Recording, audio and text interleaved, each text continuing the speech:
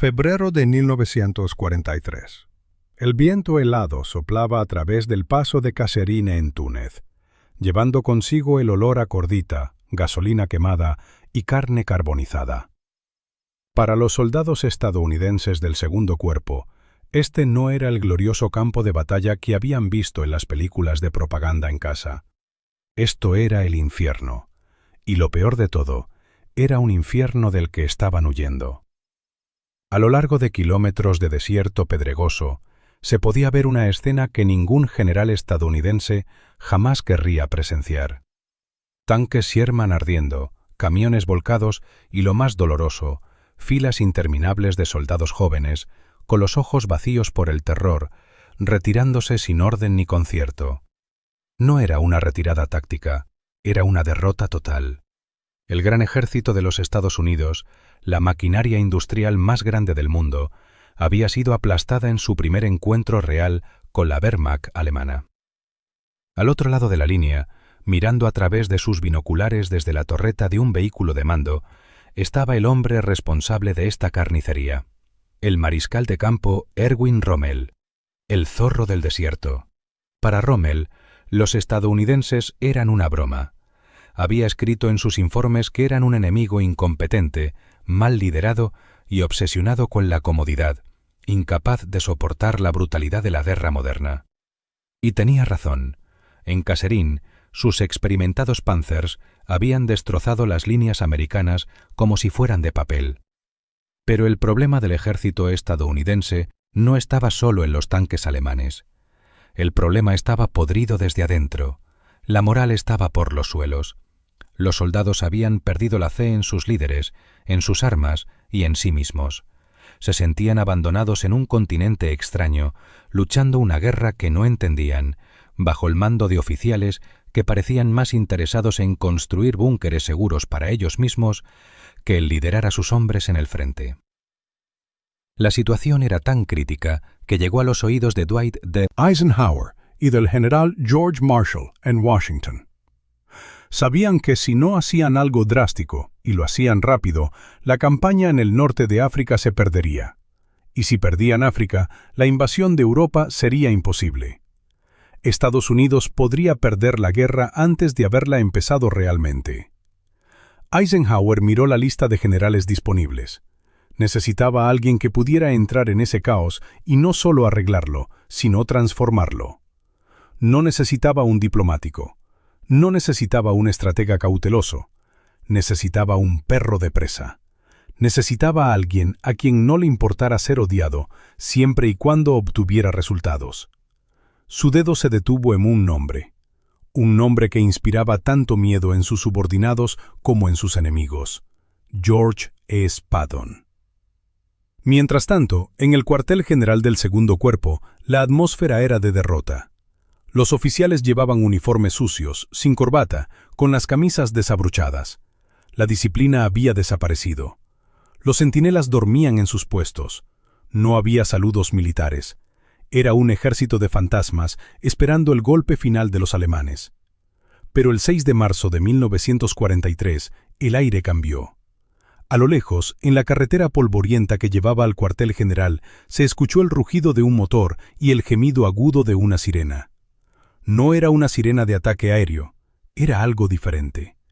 Un vehículo de mando se acercaba a toda velocidad, levantando una nube de polvo que parecía una tormenta bíblica. El vehículo frenó bruscamente en la entrada del campamento. La puerta se abrió y de ella descendió una figura que parecía sacada de otra época, o quizás de una película de Hollywood.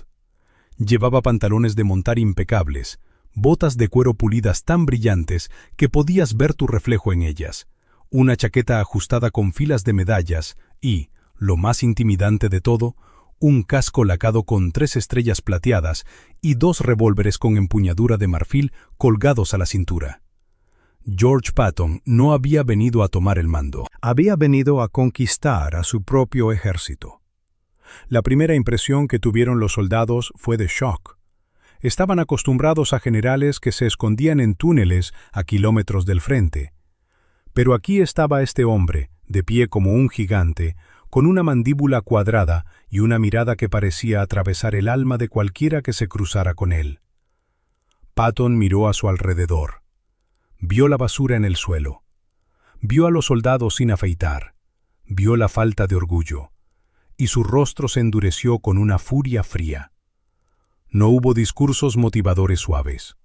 No hubo palabras de consuelo por la derrota anterior. Patton reunió a sus oficiales y soltó una tormenta. Su voz, extrañamente aguda para un hombre de su tamaño, cortaba el aire como un látigo. Les dijo que sus carreras estaban en juego. Les dijo que eran unos cobardes y permitían que sus hombres vivieran como cerdos. Esa misma tarde se emitieron nuevas órdenes.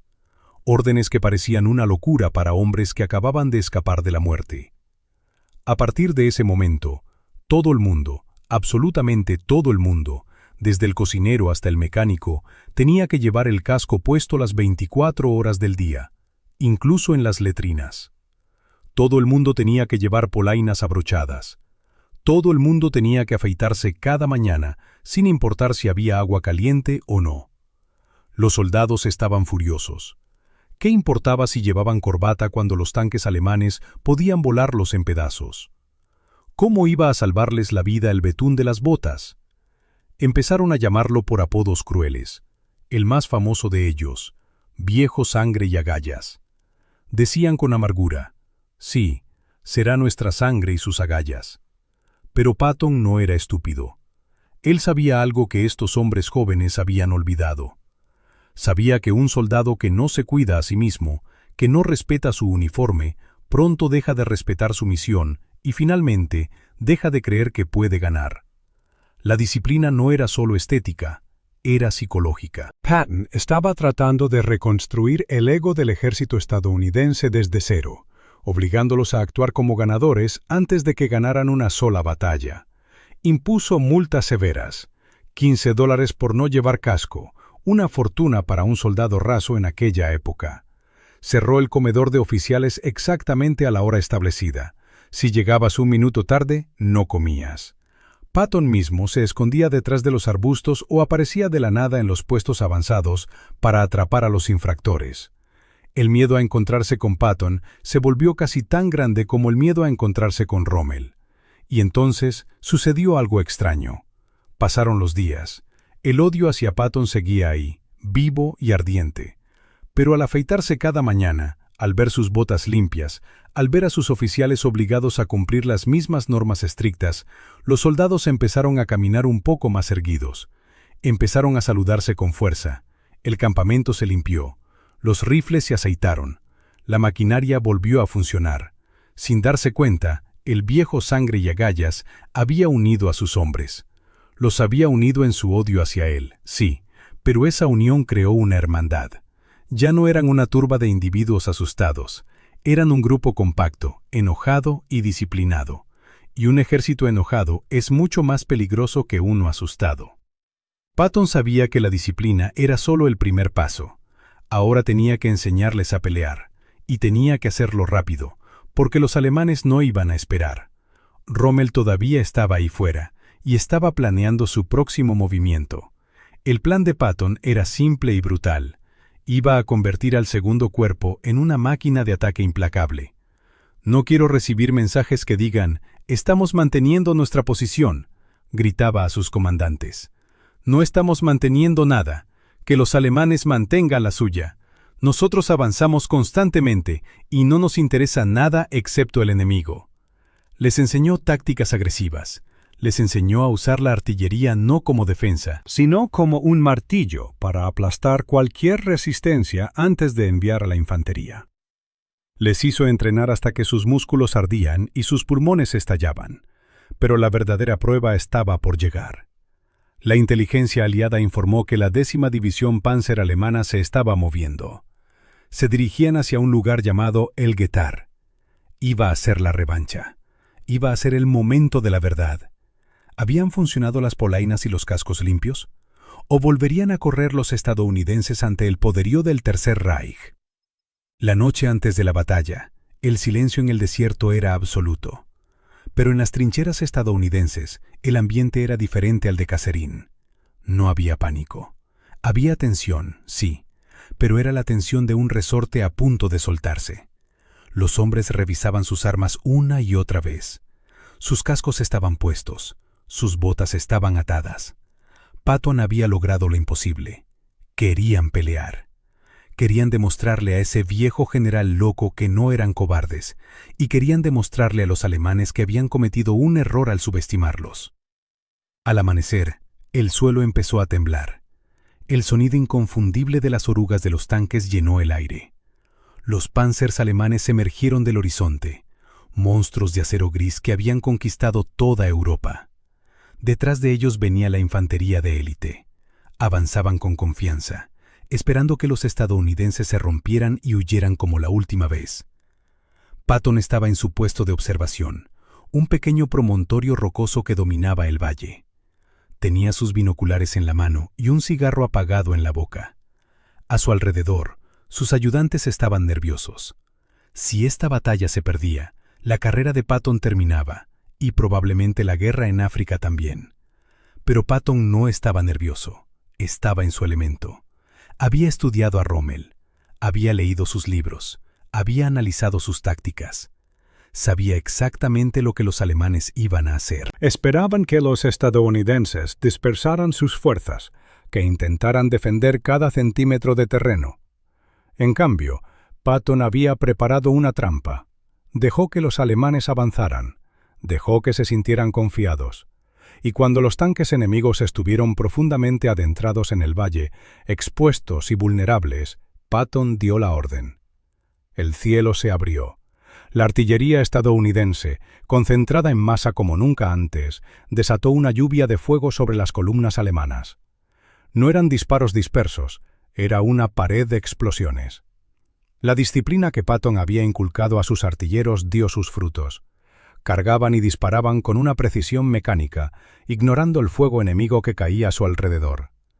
Abajo en el valle, los tanques alemanes empezaron a estallar uno tras otro. La infantería de la Wehrmacht, acostumbrada a ser los cazadores, se encontró atrapada en una zona de muerte. Intentaron maniobrar, intentaron flanquear, pero cada movimiento era contrarrestado por las fuerzas estadounidenses que por primera vez no cedían ni un centímetro. En el puesto de mando, Patton observaba la destrucción del enemigo con una mezcla de satisfacción profesional y euforia guerrera. Fue en ese momento, viendo cómo los invencibles Panzers ardían bajo el sol africano, cuando pronunció una frase que pasaría a la historia, aunque nadie sabe si realmente se la gritó al viento o se la susurró a sí mismo. Mirando hacia las líneas enemigas, donde imaginaba que estaba su rival, sonrió y dijo: «Rommel, magnífico bastardo, leí tu libro». La batalla de El Guetar no terminó en una hora. Fue una lucha brutal y sangrienta que duró días. Hubo momentos en los que las líneas estadounidenses estuvieron a punto de romperse bajo la presión de los contraataques alemanes. Hubo momentos de combate cuerpo a cuerpo, de heroísmo desesperado. Pero la diferencia esta vez fue la voluntad. Cuando un oficial llamó por radio al cuartel general pidiendo permiso para retirarse porque estaban siendo flanqueados, la respuesta de Patton fue clara: «No me importa si te están flanqueando, ataca». Y atacaron. Al final, el humo se disipó. El campo de batalla estaba sembrado de restos de la 10ª Panzer. Los alemanes, aturdidos y golpeados, se retiraron. No había sido una escaramuza menor, había sido una victoria contundente. El ejército de los Estados Unidos había mirado a la Wehrmacht a los ojos y no había parpadeado. La noticia de la victoria corrió como la pólvora entre las tropas. Los soldados, cubiertos de polvo y sangre, se miraban unos a otros con incredulidad. Habían ganado. Esos mismos hombres que semanas antes habían huido aterrorizados, ahora eran vencedores. Y se dieron cuenta de algo fundamental. Patton tenía razón. La disciplina los había salvado. Su dureza los había preparado para esto. Cuando Patton recorrió el campo de batalla después de la victoria, la actitud de los hombres había cambiado. Ya no había miradas de odio. Había silencio, pero era un silencio de respeto. Sabían que era un hijo de perra, pero era su hijo de perra. Y sabían que bajo su mando podían ganar la guerra. El Guetar fue más que una batalla, fue el renacimiento del ejército estadounidense. Fue el momento en que Estados Unidos dejó de ser un aficionado y se convirtió en una superpotencia militar. Y todo comenzó con un hombre que tuvo el coraje de ser odiado para poder ser seguido. Pero la guerra en África no había terminado. Patton sabía que la victoria era un amante voluble. Si se relajaban, si permitían que la autocomplacencia se filtrara de nuevo en sus filas, morirían. Así que en lugar de celebrar, Patton emitió nuevas órdenes. La disciplina sería aún más estricta. El entrenamiento más duro. Porque Patton ya no miraba a África. Sus ojos azules y fríos ya estaban mirando hacia el norte, a través del Mediterráneo, hacia la isla de Sicilia, hacia Italia. Hacia el corazón de la fortaleza de Hitler. Sabía que el Guettar era solo el comienzo. La verdadera carnicería estaba por llegar y necesitaba que sus asesinos, como él los llamaba cariñosamente, estuvieran listos para el desafío más grande de la historia humana. El mito de Patton había nacido en las arenas de África, pero su leyenda se escribiría con sangre en los campos de Europa. Con el norte de África asegurado, la mirada de los aliados se volvió hacia la blanda panza de Europa, Italia, y la puerta de entrada era Sicilia. Pero para George Patton, esta invasión no era solo una operación militar, era una carrera personal, una competencia feroz contra su rival británico, el general Bernard Montgomery. Montgomery era todo lo que Patton no era, cauteloso, metódico y, según Patton, terriblemente lento. El plan original de los aliados relegaba a Patton a un papel secundario, protegiendo el flanco de Montgomery mientras el británico se llevaba la gloria de capturar Messina. Pero Patton no estaba hecho para ser el escudero de nadie. «Yo no cubro flancos», le dijo a su Estado Mayor. «Yo avanzo». Cuando sus botas tocaron el suelo siciliano, Patton desató el infierno. Ignoró las órdenes de detenerse. Empujó a sus hombres a través de montañas que se consideraban impasables y carreteras minadas, avanzando a una velocidad que desafiaba la lógica militar. Sus soldados apenas dormían. Comían polvo y tragaban miedo, pero avanzaban. Patton estaba poseído. Quería llegar a Messina antes que Montgomery, costara lo que costara. Y lo logró. Cuando las tropas británicas finalmente entraron en la ciudad, con gaitas sonando y esperando una bienvenida de héroes, se encontraron con una sorpresa desagradable. Patton ya estaba allí, sentado en la plaza del pueblo, sonriendo desde su jeep. Había conquistado la isla en tiempo récord.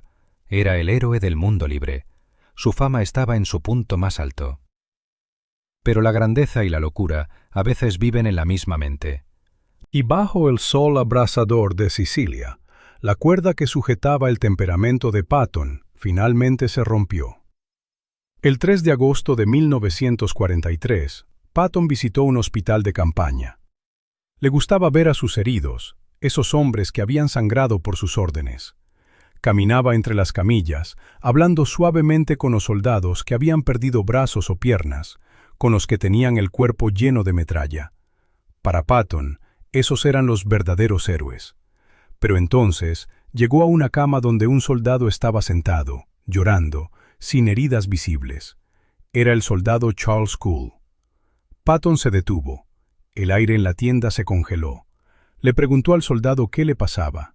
El joven, temblando, respondió: «Son mis nervios, señor. No puedo soportar los bombardeos». Algo se rompió dentro del general. Para un hombre que vivía bajo el código del guerrero espartano, la fatiga de combate no era una enfermedad, era cobardía. La cara de Patton se puso roja de ira. Gritó insultos que hicieron estremecer a las enfermeras. Sacó sus guantes de cuero y golpeó al soldado en la cara, tirándole el casco al suelo.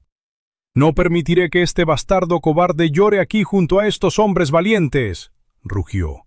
«Mándenlo al frente, o lo fusilaré yo mismo».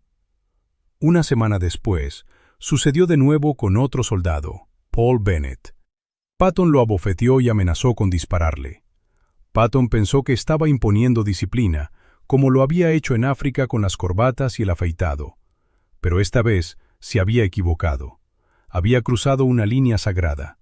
Un general no golpea a un soldado enfermo.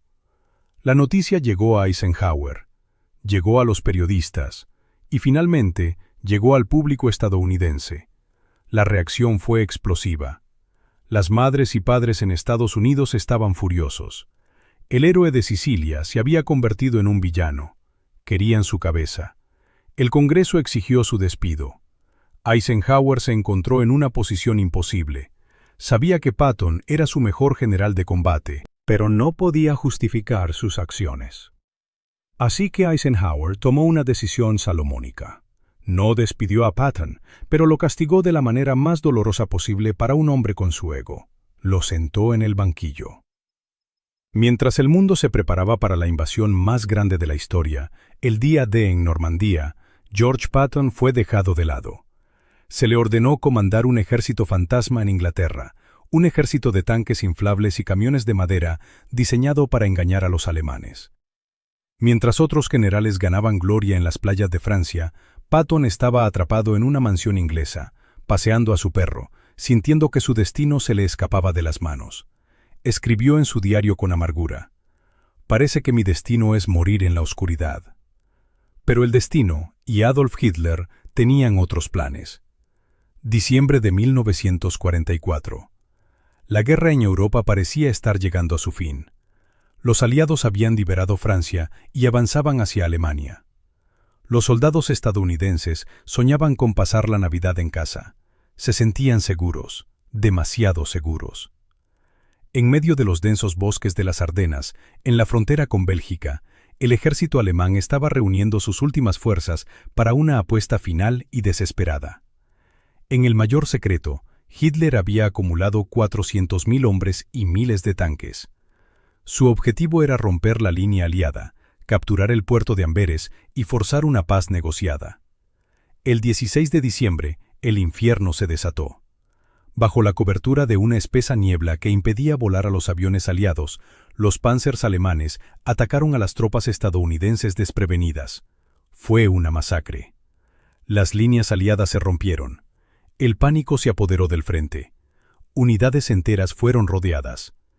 En el centro de este caos, la ciudad vital de Bastogne quedó sitiada, con la 101 Primera División aerotransportada atrapada dentro, rodeada por todos lados, sin municiones, sin ropa de invierno y sin esperanza.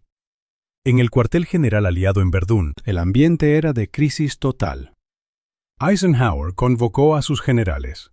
La sala estaba llena de humo y caras largas. Nadie sabía cómo detener la hemorragia.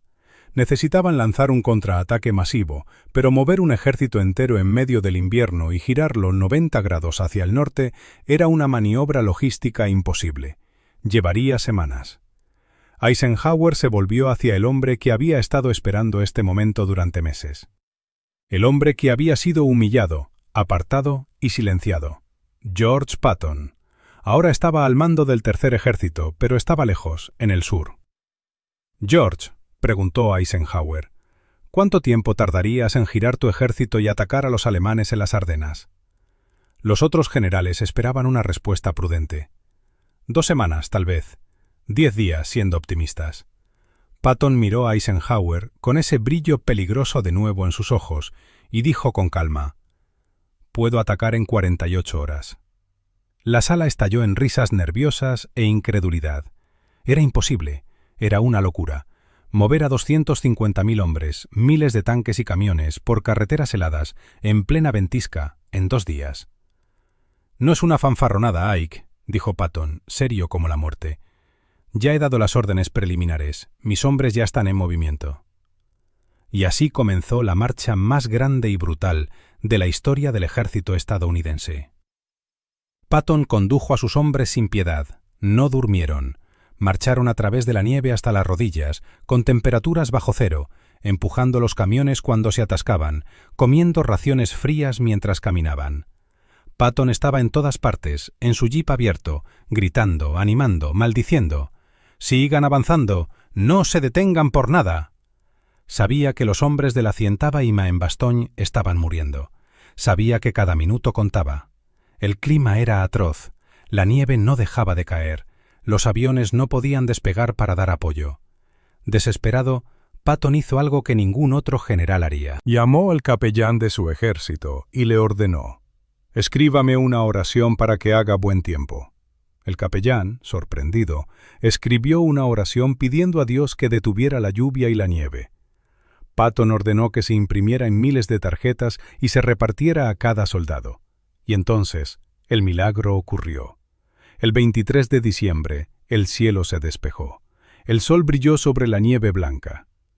«Es el maldito mejor regalo de Navidad que he tenido», gritó Patton. Con el cielo despejado, la fuerza aérea aliada cayó sobre los alemanes como una plaga divina. Y en tierra, los tanques de Patton, rugiendo venganza, rompieron el cerco alemán. El 26 de diciembre, la vanguardia del Tercer Ejército contactó con los defensores de Bastogne. El asedio se había roto. La apuesta de Hitler había fallado. Patton había logrado lo imposible. Había salvado al ejército estadounidense de su mayor crisis. Después de la guerra, la leyenda de Patton quedó sellada. No era un hombre perfecto, era arrogante, vulgar y a veces cruel. Pero en el momento más oscuro, cuando el mundo necesitaba un guerrero, él estuvo allí. La historia nos enseña que la paz la hacen los diplomáticos, pero la libertad a veces la tienen que ganar hombres como George S. Patton, hombres que están dispuestos a caminar por el infierno y, lo que es más importante, a obligar al diablo a retirarse. Mientras los tanques del Tercer Ejército avanzaban finalmente hacia el corazón de Alemania, Patton sabía que su misión estaba cumplida. Había transformado reclutas asustados en leyendas, y al hacerlo, se había convertido en una él mismo, porque al final, como él solía decir, a los estadounidenses les encanta un ganador, y no tolerarán a un perdedor. Y George Patton, a pesar de todo, nunca perdió.